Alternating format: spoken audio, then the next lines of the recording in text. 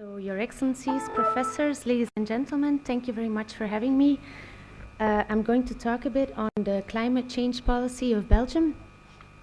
So Belgium is a member of the European Union, a founding member, and under the European Union also a member of the Kyoto Protocol. Due to the Kyoto Protocol, we need to reduce our greenhouse gas emissions between 1990 and 2012 with 8%, and by 2020 we need to reduce them by an extra 20%.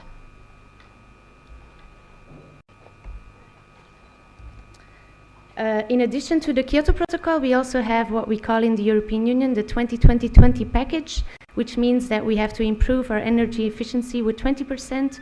20% of our energy needs to come from renewables, and we need to reduce our greenhouse gas emissions with 20%. So if the slides come up, I will show you. I will already start. So you can see almost.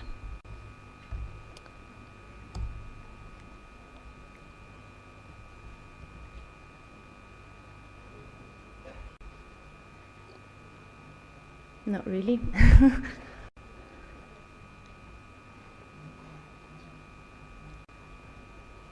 Maybe you should restart it. Okay, we'll have another try.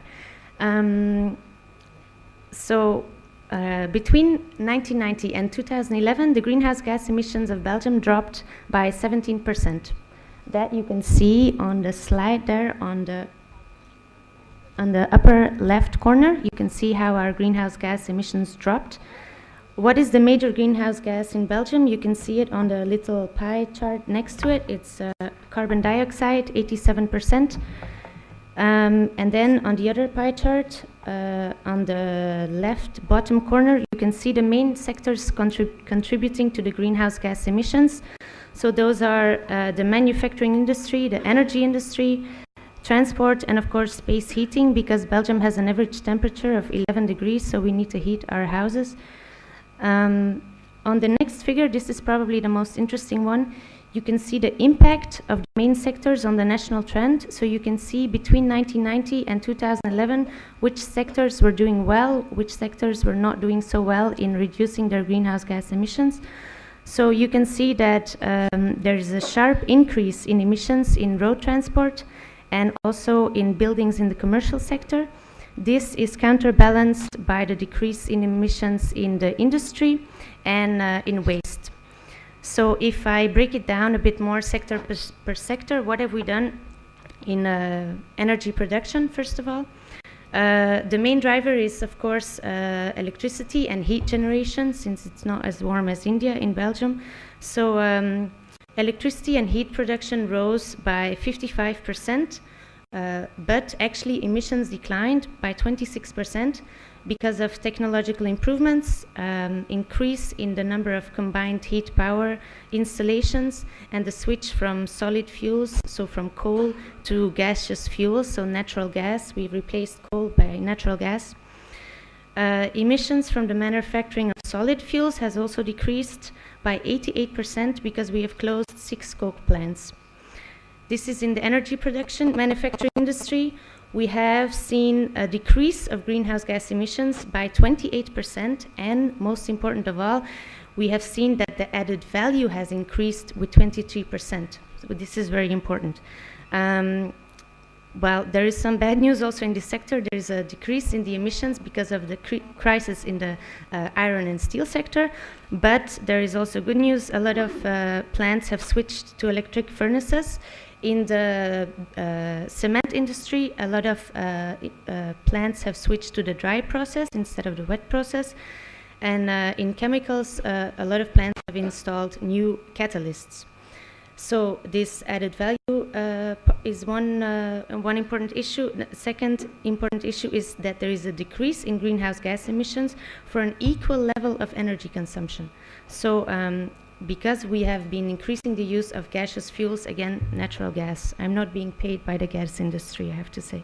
In the residential and commercial sector, we've seen that the fuel consumption has risen because the number of dwellings has risen. And on the other hand, the energy prices are rising also in Belgium. So rising energy prices and improvements in buildings have reduced consumption of energy. And again, the consumption of gaseous fuels has increased. In commercial buildings, you've seen there, you can see that's one of the things very red there, the commercial buildings. So fuel consumption has increased by 30% because of the growing number of employees. Again, there has been a switch from liquid fuels to gaseous fuels, but electricity consumption has grown by 96%, mostly because of IT technologies that use up a lot of energy and increased use of air conditioning. It's also, sometimes it's warm in Belgium also. So in the transport sector, you can see that the transport sector is again one of those sectors doing particularly bad in greenhouse gas emissions. Most indicators are on the rise. The number of vehicles has increased with 50% since 1990. The road freight traffic has grown with 82% since 1990. There is, on the other hand, a switch from petrol to diesel cars. Diesel cars emits less greenhouse gas per kilometers. The average engine capacity has grown because SUVs and Jeeps are quite popular now in Belgium, even though the roads are quite good. But you can see that one of the main drivers in emission trends is this road transport sector, an increase of greenhouse gas emissions with 30%. So this is really something that we need to work on. It seems to be very difficult to convince people not to take their car just for going to the supermarket or drop off their children. It seems to be very easy to use the car all the time. Agriculture is a sector that is doing a bit better. There's been a decrease of 18% of greenhouse gas emissions between 1990 and 2011.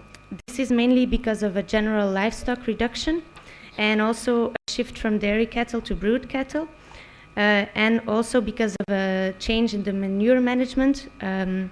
Actually, we have a lot of swines in the northern part of Belgium. Sometimes you say that there's more swines than people, but it's true. But now we have lowered the number of swines, and so the manure management is easier. And there are restrictions on the amount of manure that a farmer can use on his land. So the last sector is waste. Waste was actually a bit of a sad story.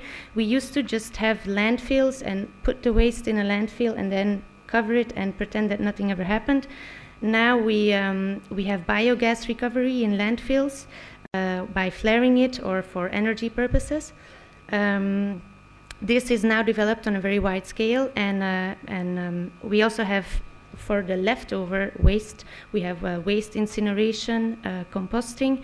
But we don't do any more municipal waste incineration without recuperating energy from it. So I'm going to show you, every country member of the Kyoto Protocol has to make a national communication. This is our national climate plan. You can see that there's a lot of ideas in there. So I'm just going to go to the electricity production part of the climate plan. So one thing that we have been working on particularly hard is the promotion of renewable energy and more efficiency. What we work with is market mechanisms, because we feel that only market mechanisms will stimulate the population to change their behavior. So we have introduced green certificates for renewable energy. I'll try to explain it with with the story of my mother and my father. They have a house, and on the roof they have solar panels. In the garden they have drilled a hole which is 100 meters deep, and the heat from the earth heats their house and their hot water. With the solar panels, they give, the problem with solar energy is that it's only there when the sun is shining, right? So you give it back to the grid, you put it in the grid, into the national grid, and you can take energy back when the sun is not shining, and they are actually making money with their solar panels. That's the baseline. Electricity producers, they have to buy green certificates, so the people that have solar panels on their on their roof, they get green certificates. Electricity producers, they have to buy a certain amount of green certificates. Otherwise, they cannot sell electricity on the Belgian market. And because of this certificate idea, there is it makes the cost of producing green electricity lower, because otherwise it wouldn't be on an equal footing with other energy sources. We have additional measures. We have offshore wind farms in the North Sea. We have tried to, we have special excise duties on heavy fuels, on coals. All these measures have made that renewable fuels are now 10% of our total energy consumption. And actually, by 2050, we want our energy mix to be made up exclusively of renewable energy. That would make me very happy. So I want to talk a bit about waste, because in waste we are doing well. We are also doing bad, but sometimes we're also doing well. So I'm going to show you a little picture. So what we have there on the left corner is the high-speed train from Antwerp. You can see that the entire train line is covered with solar panels. There on the this is the offshore wind farm in the North Sea, the Thornton Bank. Something that we have to work on is people using their bicycles a bit more. It's quite popular in cities to use bicycles for students. It's quite cheap, but we need to be working harder on this so that people don't get into their car for the slightest transport that they have to make. And then on waste, I want to tell you how we do it with waste. So in a Belgian household, you will have 4 different types of disposal bags. You will have a green plastic container for your organic waste. You will have a blue container for everything that is like a water can or a bottle, everything together in the blue bag. And then you have the glass is in a separate bag, and you have the paper in a separate bag. And then you have a black bag with everything that can't be recycled, like that. So you need to pay for these bags. They are quite expensive depending on the category of waste. So it will incentivize people to not use too much products that can't be recycled. And so you need to put the bags in front of your house every week at a certain date. For example, for the green container, you need to buy little plastic stickers. You need to put them around the container, and it's not so expensive because it's green waste. For the blue bag, for example, it's quite expensive. The black bag, the one that you can't recycle, is the most expensive sticker that you need to put on it. So all this is being done. People do it in their house. They're quite happy recycling. And then for the stuff, because sometimes you're cutting a tree in your garden, or you're trying to fix something or building something.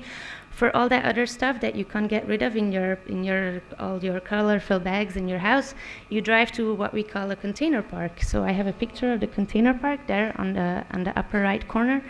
So you have those popular SUVs these days. So you have different containers for different stuff: glass, wood, steel, all other different type of things. You can go to that container park. You get a card from your community. You can go once a month at free of charge. Well, in the taxes, but like that, free of charge. And if you go extra, then you have to pay again. Because you go extra, you create extra waste. So the one who makes waste, he has to pay for it. So I'm hoping that all this can continue in the future, that we will go into a renewable energy future. Thank you very much.